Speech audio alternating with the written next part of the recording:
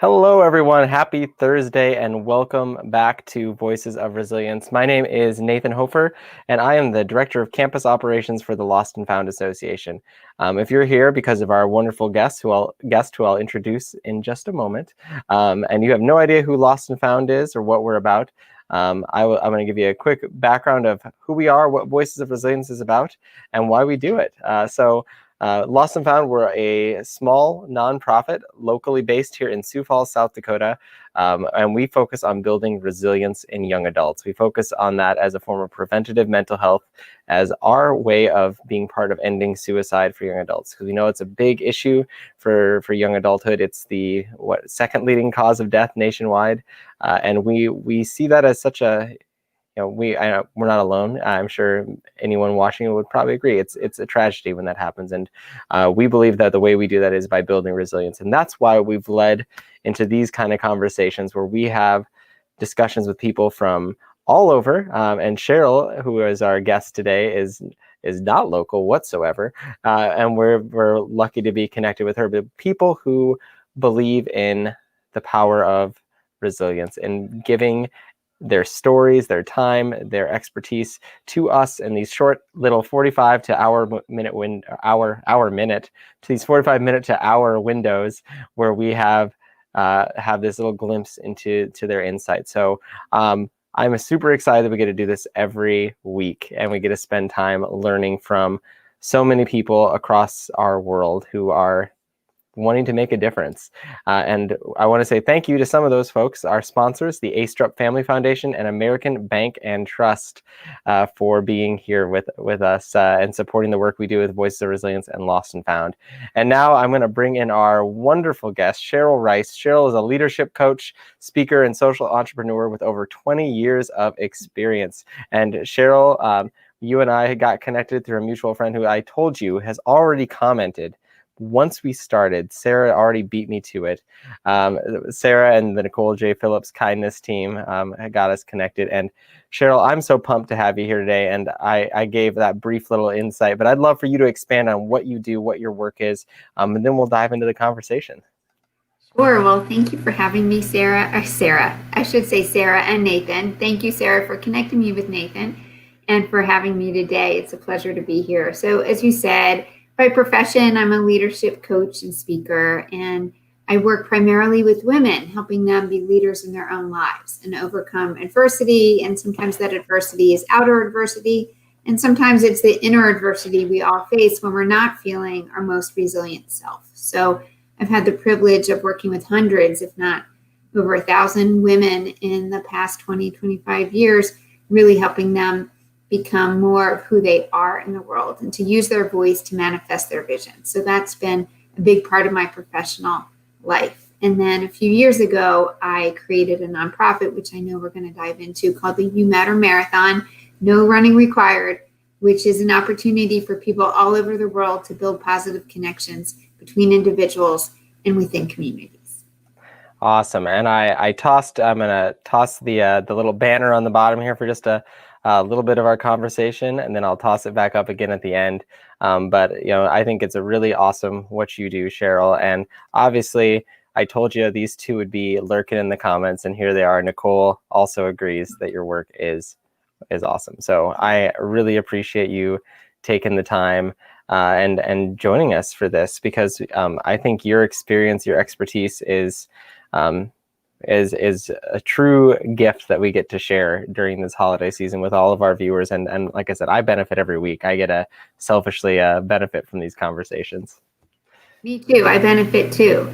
So I appreciate you creating space and sharing your wonderful and really vital platform with me today. So it's an honor. Awesome. Yeah. And, before we, dive in too far, I just want to say, obviously, you've seen that when you engage with the conversation, we bring you in. So if you've got questions or comments, please throw them in the chat.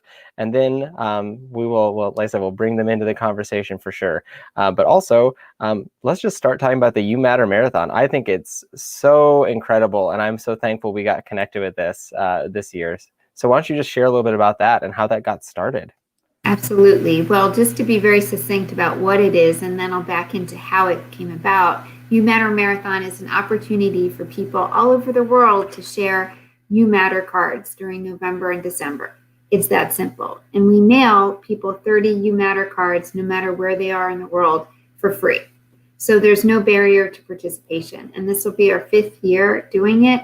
We have people from 83 different countries participating. And our goal is to share 25 million cards by 2025. And we've learned through the last 5 years that, to be quite honest with you, Nathan, even one card share can change a life. So the numbers are ambitious and we're aspirational, but we also never lose sight of the impact, just like what you're talking about in your organization. One life matters. One life can be saved matters exponentially. So the way this came about was about 5 years ago, someone gave me a card with just the words "You Matter" on it. And I was so touched, I really felt like I'd been hugged. And I bought some cards myself and started sharing them, first just with family and friends. Then I got a little bolder and started giving them to people in my community who make my life richer, like the dry cleaner and the barista at my favorite coffee shop. All the people we're learning in COVID times we cannot live without, right? And they would just, their eyes would widen and they'd smile, and sometimes they'd even tear up. And that led me one day to be in a grocery store, and I overheard a woman tell the cashier she was really going through a hard time. It was actually at the holidays. And she said she wasn't sure she was going to make it through the holidays. And my heart ached, and I didn't know what to do. When we got to the parking lot, both returning our carts at the same moment, I just summoned my courage, and I went up to her and I said, I couldn't help but overhear, you're having a really hard time right now, and I'm so sorry. I just want you to have this. And I gave her a You Matter card. And Nathan, she's just stopped in her tracks. She started to cry, and she said, you have no idea what this means to me. And she asked if we could hug, and we did. And I went back to my car and I started to cry. And it was in that moment that I really realized the power of not just this gesture, but these 2 words, telling somebody you matter. And that what this woman was truly hungry for wasn't money. It was to know that she mattered. Somebody saw her, heard her, and she had significance no matter what was going on in her life. And that prompted me to want to share this, kind of like when you see a great TV show, you want to tell 5 of your friends, watch this. Well, when I had a moment like that, I'm like, oh my God, I don't just want to be the You Matter lady the rest of my life. I want other people to feel this good and do this kind of good. And that's the genesis of the You Matter Marathon, inviting people to join me in November and share 1 card a day. And this year, we're also going right into December. Which is awesome. And so I am going to pull the banner here in just a moment, but I also tossed the link in the chat. So you can, if you're there on Facebook, you can just click on that and you can join up right now. And we'll talk about it again at the end about how you can get involved, because I think it's very valuable. And Cheryl challenged me to do it. So we partook this November as well, a little bit. So I know that'll come up later in this conversation. But you said you want to get to 25 million people in 5 years, which is crazy amounts, it seems like, in terms of numbers. But because you said you started this 4 years ago, correct? This is our 5th year. Fifth year? Crazy. I feel like 2020 has been a year in of itself. 5 years, 6 years, who knows? So how many people have participated this current year so far, especially now that you've expanded into December? Because I just think that's the timing, I know, has to be intentional around the holidays, about thankfulness in the month of November, but also holidays are great, but they're hard. It can be hard sometimes. Absolutely. They're hard, and there are times when we want to be together. And so there's so many opportunities in November and December to connect, and people want to connect, and people are feeling lonely. So everything's up, right? These dynamics are really alive and well. And so looking for a way to really let people know that we appreciate them, we see them, and we care, and that they matter. So these cards do slip right into the purpose of many of our rituals and gatherings, albeit compromised this year. So to answer your question numerically, we have almost 27,000 people participating this year, and 36 countries, 38, right? 38 countries this year are participating. And what's wonderful about this is we have individuals who sign up and receive 30 cards for free. And we also have what we call ambassador organizations, which are groups like schools, churches, nonprofits. So it's a wonderful activity for a lot of very noble organizations to also participate in, like Girl Scout troops, and again, churches, schools do a lot. We have a lot of schools, educators. They incorporate the You Matter cards into character-based education, anti-bullying curriculum, and the like. And what I've learned is there's a lot of kindness clubs all over in different schools and colleges looking for service activities. So they're very, what's the word? They fit in a lot of places. As far as our numbers of how many cards we're sharing, it is really hard for us to get an accurate number, Nathan, on the number of cards shared, because what happens is, as you could appreciate, when you give a card to someone, what does that person often do? They give a card to someone else, and we'll never be able to count that card share. Or they print their own cards, and we never know how many of those cards are printed. But our best estimates tell us we've given out, close to 2 million cards. I would say actually a little more now that this year, more than 2 million cards over the world. And I think that's incredibly conservative. And again, the 25 million, it sounds really great to say 25 million in 2025. So I'm not hung up on achieving it, because I know that the point is the purpose. And every year that we do this, we're changing lives. And that's what matters to me, that we continue to do this and not just foster sharing of cards, but what this is really about, Nathan, is a way of being in the world. We want to really be prompting a way of being in the world that acknowledges the other, that people go about their business in ways that honor the significance of others. And these cards are kind of like training wheels to do that. That's what we're about. Yeah, and you already kind of touched on it. Obviously, the stories I'm sure you've gotten back are powerful, and the two words can make a difference. And you talk about kindness. I don't know if there's anyone watching who knows anything about kindness out there. But I've heard several stories from others in the community who shall remain nameless, but will probably show up in the chat, just about the power of a smile, of a kind word. About, you never know what someone's dealing with. You never know what their journey is and where they are in that. And something as simple as handing a card that says "You matter" to show them that they exist, that they're not, don't just exist, they're acknowledged, that they're it's great to be able to have that.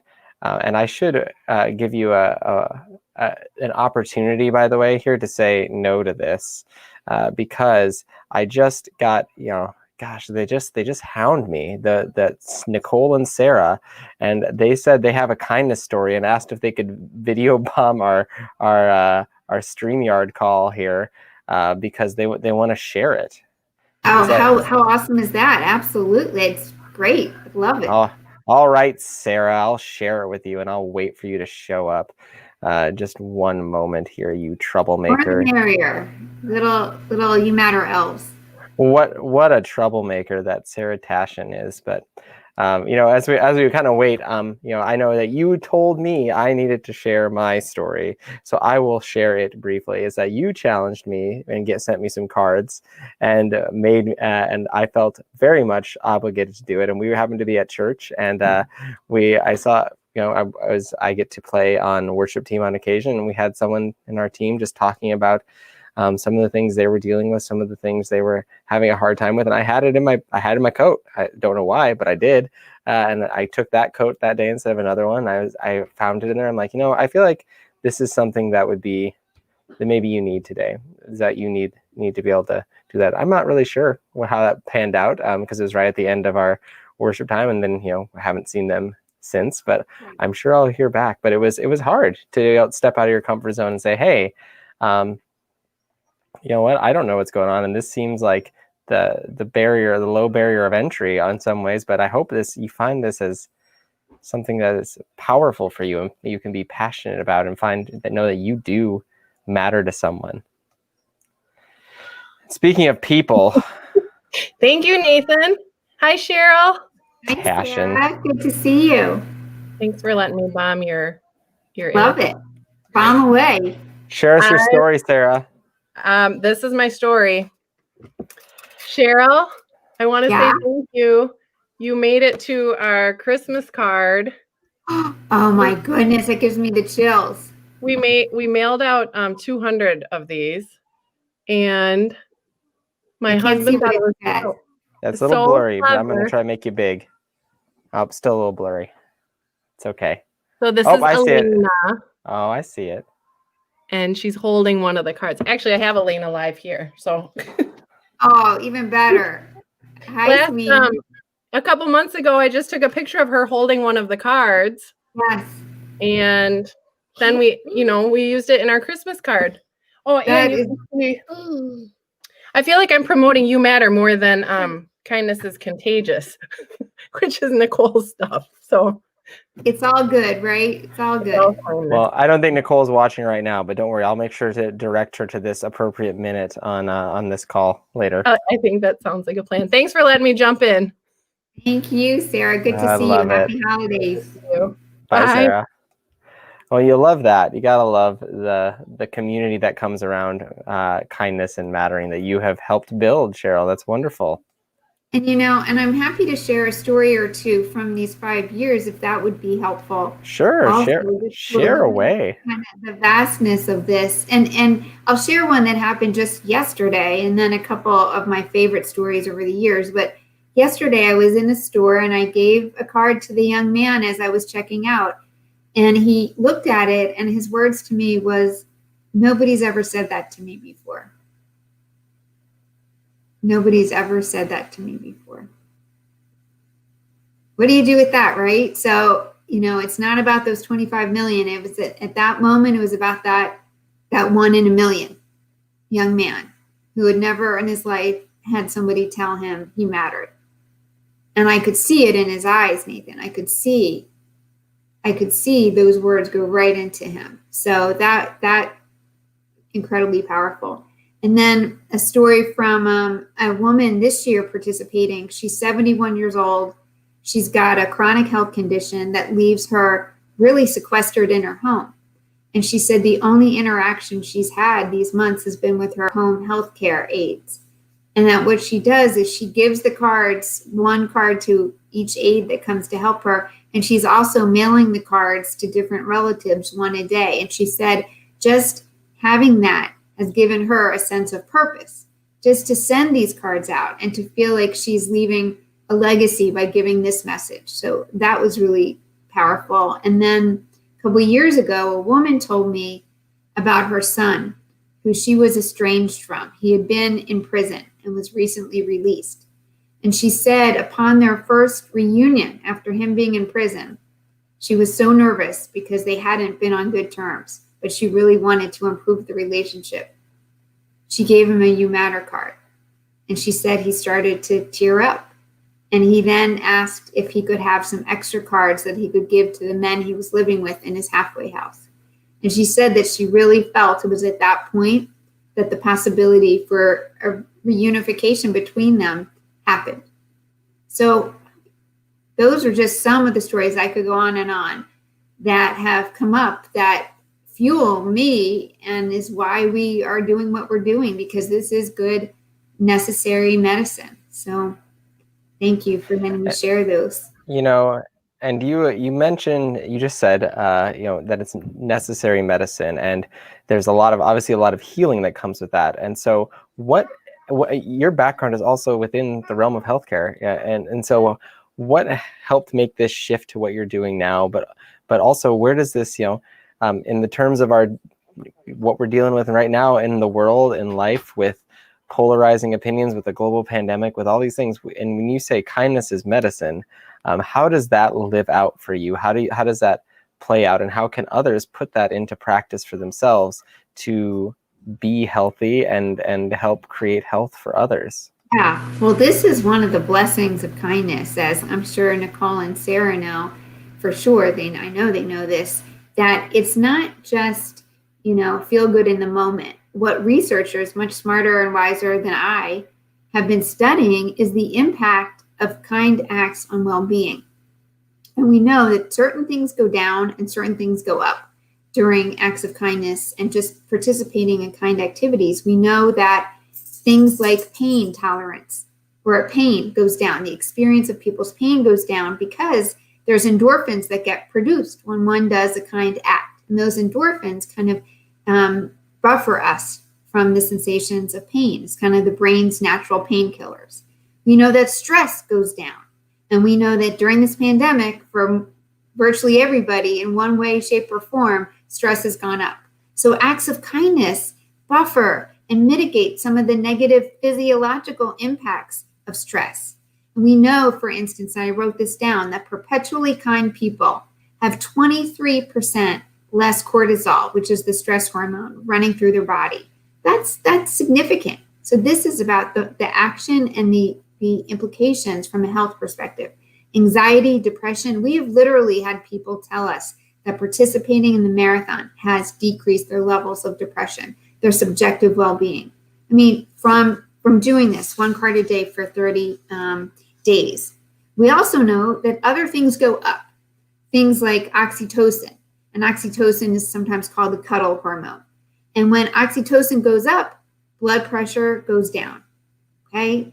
We know that kindness increases our energy and self-worth. And I would say that experientially, Nathan, when I do acts of kindness, whether it's giving out a You Matter card or holding a door open, whatever the act is, I feel more energetic. I feel better about myself and I feel better about the world, and my optimism increases as well.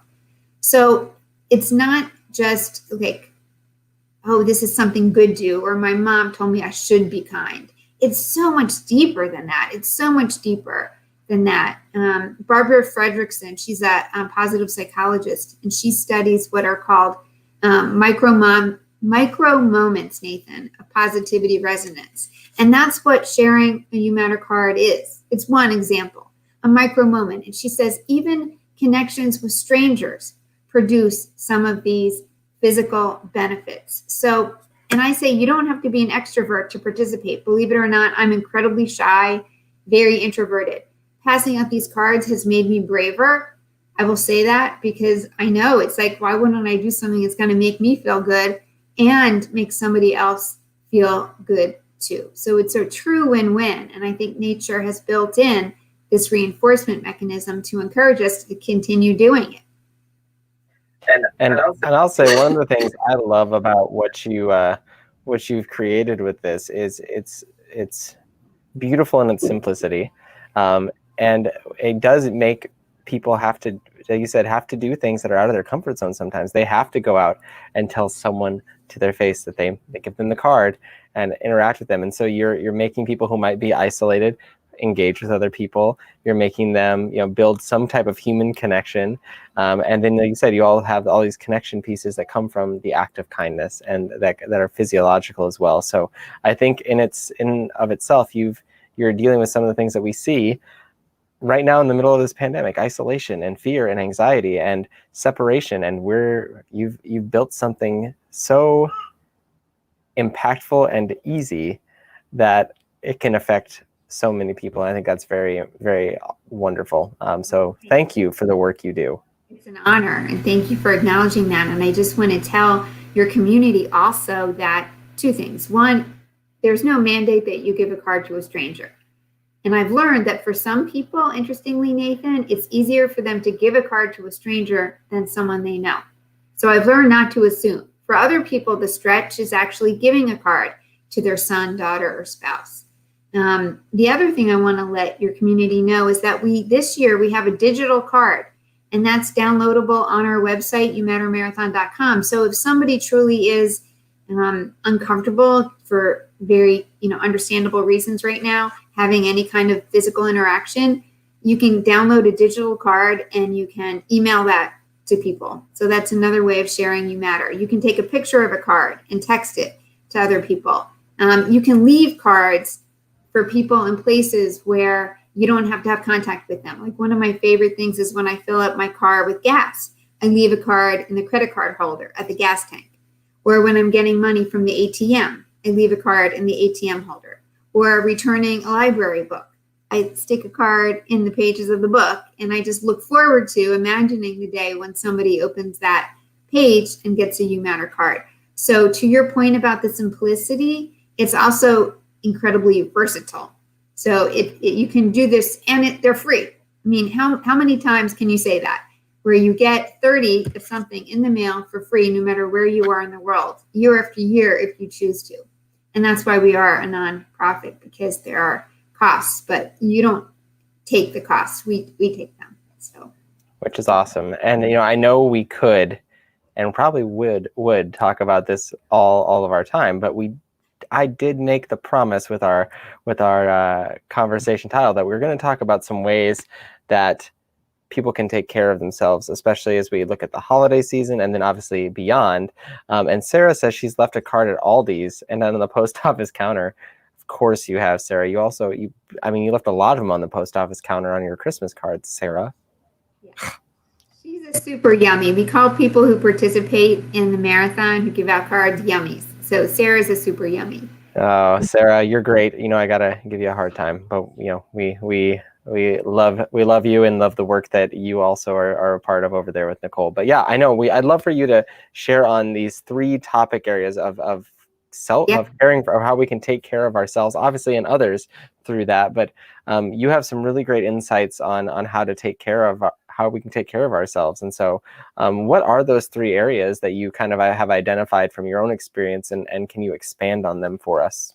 I'd be delighted to, Nathan. So the 3 areas are self-care, self-talk, and self-compassion. Self-care, self-talk, and self-compassion. And when we talk about self-care, in fact, I was just working with a client right before we started talking today, and this was the whole conversation was about self-care. She's in school, she's working full-time, and she's trying to educate her kids who are working, at school from home. So imagine that. So self-care was top on the agenda, and I appreciated the fact that she could see that. So we're really talking about ways of making sure that we have the stamina, energy, and ability to be our best self in these multiple roles right now. So with all the stressors on us, it is vital. It is a non-negotiable to take care of ourselves, even in small ways. So very briefly, the exercise when I do workshops that I often give participants in my workshops is, when you get a plant as a gift, it usually has a tag, a plant tag, that tells you, it needs to be watered once a day, keep in direct sunlight. It tells you what to do to keep the plant alive, because different plants require different levels of attention and water and fertilizer. Well, the hard thing to realize is we didn't come with a plant tag, but we should have. So I ask people to think about what would be on your plant tag. What are the things that you need to be at your best? And for everybody, it's slightly different. Some people need a lot of sunlight. Some people need prayer. Some people need dark chocolate. What are the things that you need to be at your best? So I'll just ask you for one example, Nathan. What would be one thing you would put on your plant tag that if you don't have it, you're going to wilt? Oh gosh. I was thinking, I was afraid you were going to ask me, and I was like, oh no, what would be on my tag? For me, it's probably people. I'm pretty extroverted. So interacting with other human beings, whether in person is preferred, but this is good too. Or, just anything, food is a love language for me, and that's not probably at the healthiest all the time, but gosh, I have a bad sweet tooth. Yeah. And so without those things, people especially, you probably would wilt. And we know this, and you have a lot of company right now. And interestingly, there's a lot of research on trees right now about the ways that trees actually form community. So we think of a tree as pretty solitary, and what we're learning is even trees have communities and communicate. So I think anything that's living is usually interdependent on other beings as well. So knowing what are the elements that make you feel most alive, not just alive, but most alive. Hey, sweetie. So what are the things that Sorry, surprise guest. She was biting at my chair. Yeah, I love it. So that's self-care. I'm kind of summarizing here. So self-care is number 1. What are the things that we need? And then to be very specific and deliberate, and I'd say self-full, not selfish, but full of yourself enough that you can honor what you need. So I know I need, for instance, 7 hours of sleep a night, or I'm not good for anybody. I do need dark chocolate, and every Friday I have coffee with friends every morning. And I've done this for about 20 years now. The same group of friends. We meet for 1 hour every Friday, no matter what. So those are That's some of the awesome. things that would be on my plan tag. The second element to me and to your broader goal about resilience, especially in times like this, is self-talk.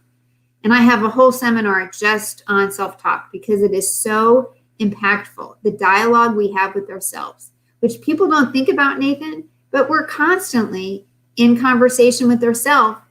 And for many of us, much of that conversation is trash talk and talk that we would never speak out loud to another person.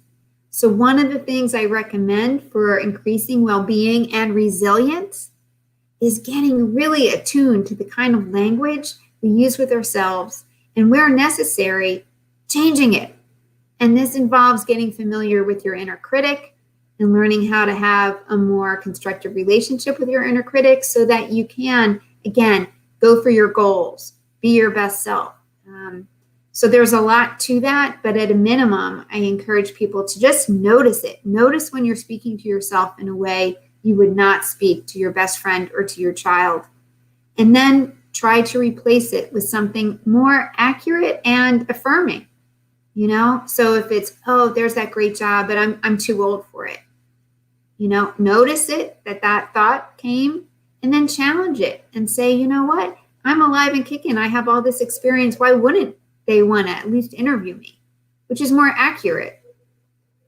So again, there's a lot more to these, but I'm just giving you a sense of the necessity of paying attention to these elements if we want to be our best selves, especially in times of stress like we're in now. And then the third one, self-compassion. Self-compassion. And this is really about being with ourselves in ways that are free of judgment, free of criticism, and fraught with love and acceptance. And to show up for ourselves with kindness is essential. And for many people, and I have to say, especially the women I work with, this is quite a challenge. They are exquisitely attuned to offering compassion to others, especially when they're in pain.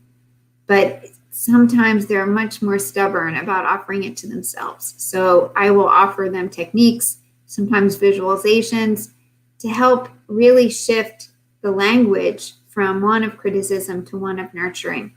And you keep seeing me putting my hand on my heart because that's actually a technique I suggest, is actually encouraging people to put their hand on their heart and just close their eyes and kind of talk to themselves as they would a dear, dear friend.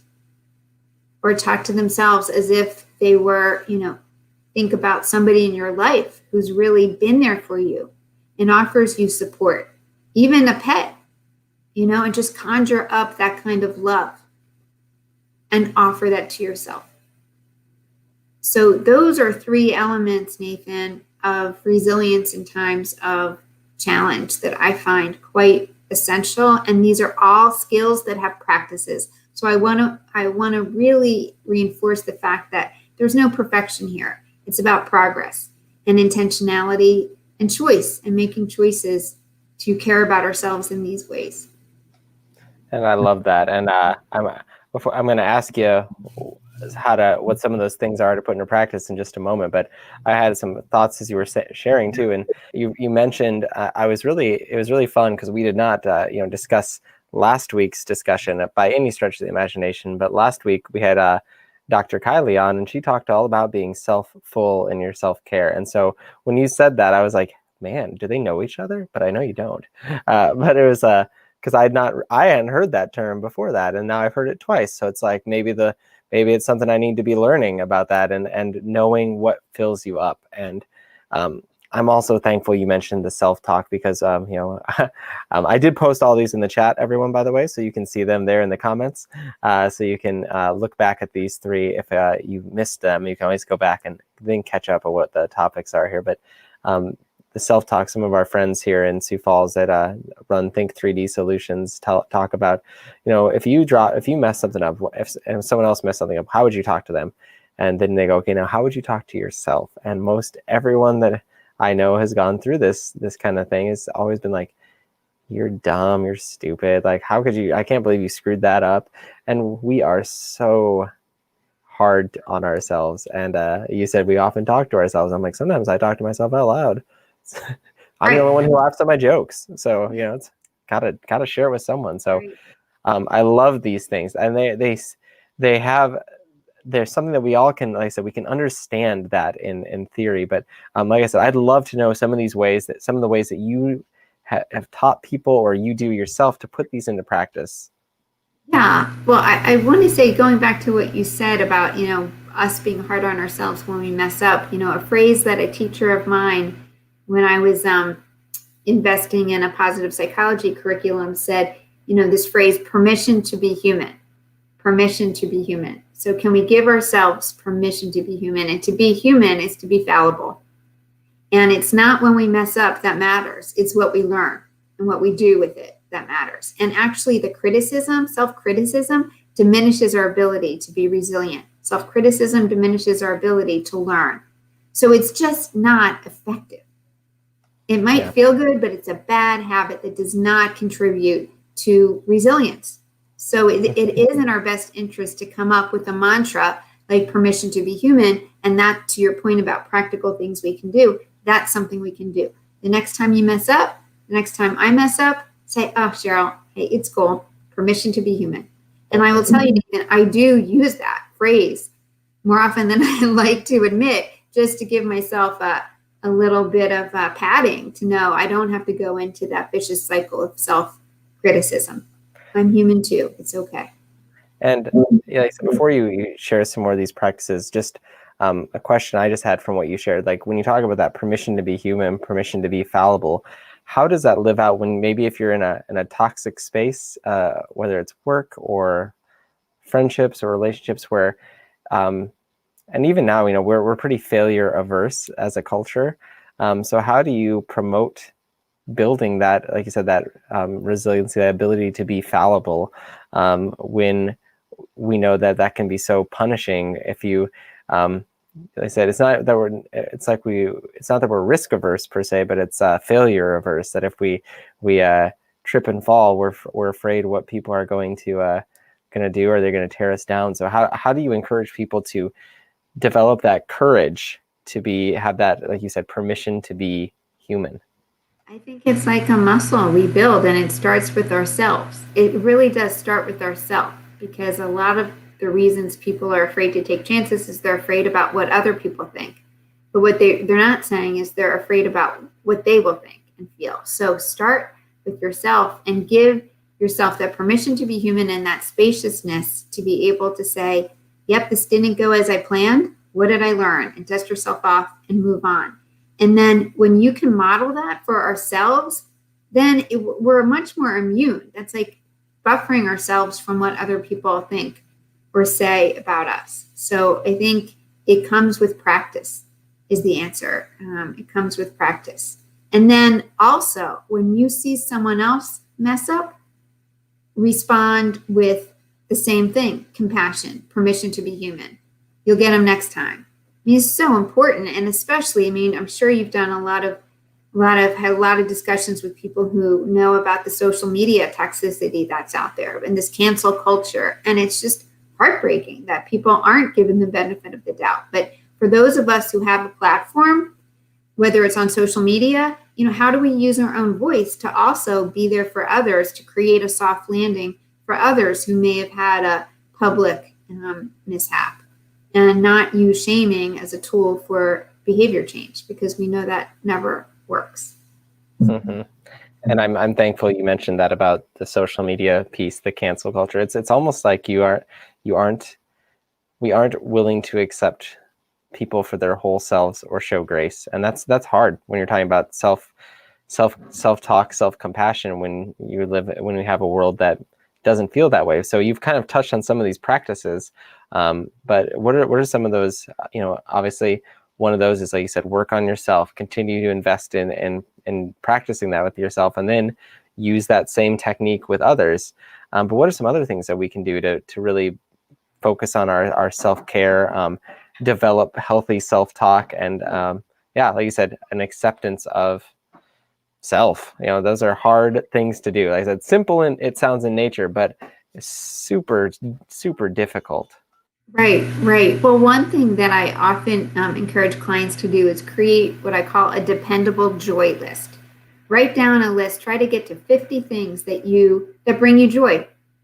And people, when I say 50, they look at me like I'm crazy, and I'm like, try it. And then they'll come back the next week and they're like, wow, I got to 70. And it's a lovely exercise because it forces people to be inquiring about all the things in their life that do bring joy. And my gosh, 99% of them don't cost a dime, Nathan, or maybe not more than a cup of coffee. So being really attentive to the things in your life that nourish you, and that this gets into gratitude. And we know that gratitude is one of the best ways we can improve our well-being. So I would say develop also a practice of gratitude, make a list of dependable joys. Like I know for me, virtually any time with my dog, especially when I've gone out, even for a quick walk, and I come back in the house and I get that greeting from my dog, that's a dependable joy. Walking in nature is a dependable joy for me. So really be thoughtful about what are those things and then harvest them and make time for them. And this is the thing. People know some of the elements of self-care, but what they fail to do is commit to it. And that's where simple techniques like planning your day and making on your calendar time for the things that give you a sense of well-being, whether, again, it's meditation, prayer, walking in nature. We know right now that walking and being in nature are really vital elements for us when we can't congregate in ways that we're used to. So those are some ways. And then I was thinking more about advice just in general, beyond just those three areas. And I would say, I think about three buckets of purpose, pleasure, and people. Purpose, pleasure, and people. And to your point about being an extrovert, people. If you're suffering, reach out. If you're not suffering, reach out. Reach out, reach out, reach out. Zoom's not ideal, but it's better than not Zooming. Find ways. Like on my street, I live in a cul-de-sac. And one of the best outcomes, and it's so vital that we look for the silver linings of the last year in this pandemic. We are 25 families on a cul-de-sac, and I'd say maybe 3 or 4 families kind of knew each other, but there was not a community. And now we are a community of 25 families and, a ton of kids, and everybody could tell you the name of everybody in every house now because we've been dependent on each other. We've come up with creative activities. So reaching out, build relationships, bloom where you're planted. So even if you can't go visit your Aunt Margaret on the other end of the country, who is right here that you could develop a connection safely with? I have another client of mine has actually started a pen pal program with someone in a nursing home. So reach out, and she's been sending them You Matter cards, people in nursing homes. So people. Find your people, find new people, connect. If you're suffering, reach out. It is not a sign of weakness, as you know, it's a sign of strength. Reach out. People. Pleasure, we've talked about. What are the things that bring you joy, pleasure? Don't just think about them, schedule them. Find an accountability partner. Ask them, what are 5 things that you put on your plant tag? I'll tell you mine. Let's hold each other accountable. And then purpose. And this has been something that every year I get older, I get clearer about this, Nathan, how vital having a sense of purpose and meaning is to well-being. And it doesn't have to be grand. It doesn't have to be something, that feels beyond your reach, like being a worldwide philanthropist or solving, the biggest problems of hunger or what have you. It's just, where do you find meaning? And I encourage people to look at the things that really irritate them in life. What are the issues that really get to you that says, we shouldn't have this problem? That can be a source of finding places of meaning. And even if you can't make your vocation that source of meaning for you, have something in your life, whether it's a volunteer activity, just a time to read about that issue, but find purpose and meaning in your life. And we know, again, that makes life well-being. Who was it? Viktor Frankl, Man's Search for Meaning, wrote that classic book. And about his experience in the Holocaust and found that it was the people, not the strongest people who survived, but those who created a meaning. They had something to live for beyond themselves. And I think that's no less true for us now. What in our life gives us purpose? Being the best mom we can be, getting our kids fed and educated every day. That's a source of purpose. So purpose, pleasure, people. People, pleasure, purpose. And I also tossed that in the comment section as well, because I thought it was, I don't want anyone to miss that. I want them to connect to that, because I think it's those things are very connected to obviously what we do with building resilience. Those things are very, very similar. Very much the power of purpose is huge, and I'm thankful you mentioned that, because it can put everything in perspective, the good, the bad, and the in between. And we're kind of nearing getting close to the time where we start to kind of tie things in a little bit and try to wrap them up with a nice, neat little bow. But I did have a question for you, because we talked about your list of, I have several still, so we're not done. But we, as you mentioned, finding, listing things down that bring you joy. And I was just wondering if you'd be willing to maybe differentiate the difference between joy and happiness from your perspective. That's a good question. The difference between joy and happiness. It may be, to me, happiness is more of general. Like, are you generally happy or not? Joy is something you feel in a moment, like the joy of, seeing, you're a child there. That was joyful to see a child that I wasn't expecting. That was a moment of joy. And I see happiness as more of a somewhat static condition. Like, generally, are you happy in life? Or are you not happy? And for me, joy, I think of more moments of joy. Does that make sense? That's what I'm thinking now. But I'd love to hear your response to that. Oh yeah, I don't know if I have a right answer, a good answer, but I've often heard it said, and would probably agree, that I think joy is different because it's something you can choose. And I think that's what I was trying to get at, is that you're asking people to list the things that they know that give them joy, because happiness can be hard to find in those dark corners, but joy you can always find if you choose to find it, even in those things. And it comes back to that meaning, that what you're talking about with purpose. And Sarah tossed in another comment, finding purpose for your pain, that there can be joy in that, even if it's not happy. And so that's what I was thinking about. And I thought it was just so critical that you mentioned things that give you joy and don't just make you happy. There's a separation between the two, a depth. And you're right. And research actually has found that people who pursue happiness generally aren't happy, but people who choose activities that bring them joy, happiness is more of a byproduct of the things we've talked about. Meaningful relationships, meaningful work, however you define it, those people are happy. Don't focus on the happiness. Focus on meaning, purpose, people, pleasure in the moment. And choosing it. I think you're bringing up a really essential point, choosing it. And what Sarah just added, yes, absolutely. And this has been such a challenging year for so many people for so many reasons, and it will continue. This is going to be it's not going to be over, as quickly as we might like. But to me, it's not about, is it challenging or is it not? Because of course it is. It's, what do we make of that? How do we be better? How do we be better? What do we know now that we didn't know before this pandemic? What do we know about what really does matter? What matters? Who matters? What, do we want to let go of that really wasn't all that important? Whether it's wearing high heels every day to work, or, just having that second cup of coffee. Maybe we don't really need it in the afternoon. Who knows? But I think these challenges, if we are wise, we will use them as opportunities for growth. And that is always a choice. And frankly, sometimes that's our only choice, is what do we do with it? We can't control the weather, but we can decide how we're going to respond to it. Who's only having 2 cups of coffee? What's wrong with them? My gosh, I need 3 or 4 to get through the day. But yes, I think that is such a good analogy, that you don't choose the weather, but you can choose how you respond to it. And I think that's great. And, my last couple of questions here for you, Cheryl, obviously you kind of touched on it a little bit, but, we've seen a lot of issues this year, and we're going to see a carryover effect.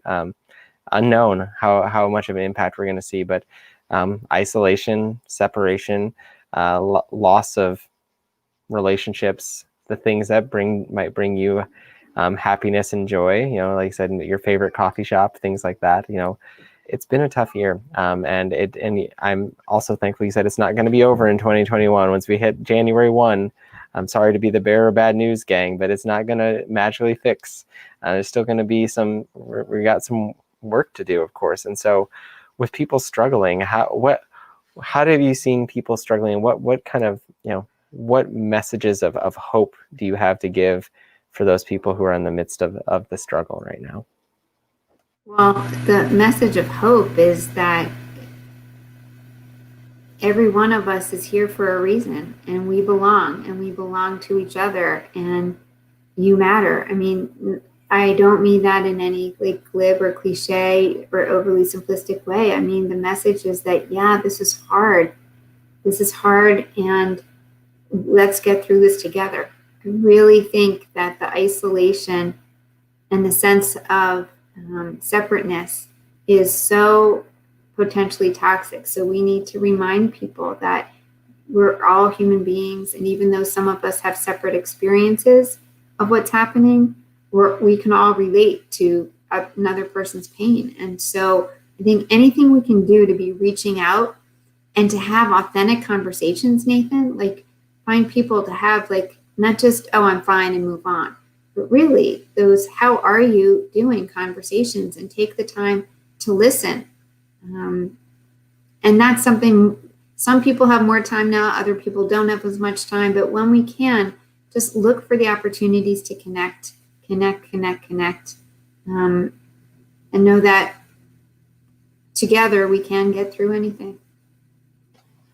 Awesome. And, Cheryl, you mentioned connect. And so as we kind of close out here, I'm going to throw your website, the You Matter Marathon, on there one more time. I encourage people to connect with that. If you want to connect with Cheryl, you can do so through the website. And Cheryl, once again, can you just maybe give us a quick, 2 seconds. That's not enough time. That's the wrong number. Just a little bit of info for how people can get involved. Sure. youmattermarathon.com. No running required. Put your name and address and email in the sign-up form. We'll send you 30 cards for free until the end of December. And like I said, I encourage, from my own experience, I encourage you all to take advantage of that. It is a very cool thing. And even if it's just taking a picture and telling someone that they matter via text or something without having to interact with someone directly, there's a lot of power, and you never know who's going to connect with that and what that's going to do for their day and their life. We think of those little moments that matter in life. These are those micro moments, and this could be one of them for someone. So I encourage you all, take a look at it. But also, please know if you need to connect with someone and you're looking to connect with us, feel free to reach out to us on our social media platforms on Instagram and on Facebook at Resilient Today. And I say this every week the same way, get that @ symbol out of there and TASA.org on the end, and you'll get to our website as well. So we are here and we want to be part of the solution. So if you are struggling or you need to connect with someone or want to get connected, get our programming or any of this stuff connected with where you're at or where you work, let us know. And at the end of the day, if you just need someone who wants to listen for a little bit, feel free to reach out to us on social media, and we can always help get you connected to help if you need it. So feel free to connect with us there. And please, everyone, tune in next week for when we have our guest, Dakota Jordan, coming to talk about slowing down in the midst of chaos. And then we'll take a week off for Christmas Eve. And we'll be back for a special New Year's Eve edition after that. So just keep coming back Thursdays to join us here. And Cheryl, thank you again so much for your time, your insight, and for the work you're doing to make a difference. Oh, it's been such a pleasure to be with you. And speaking of making a difference, Nathan, you matter. You're making a huge difference. I bow down to you and your entire organization and wish you and your family and your community a very safe and nourishing holiday season. Thank you. Thank you, Cheryl. And everyone, we'll see you next week. Have a good one.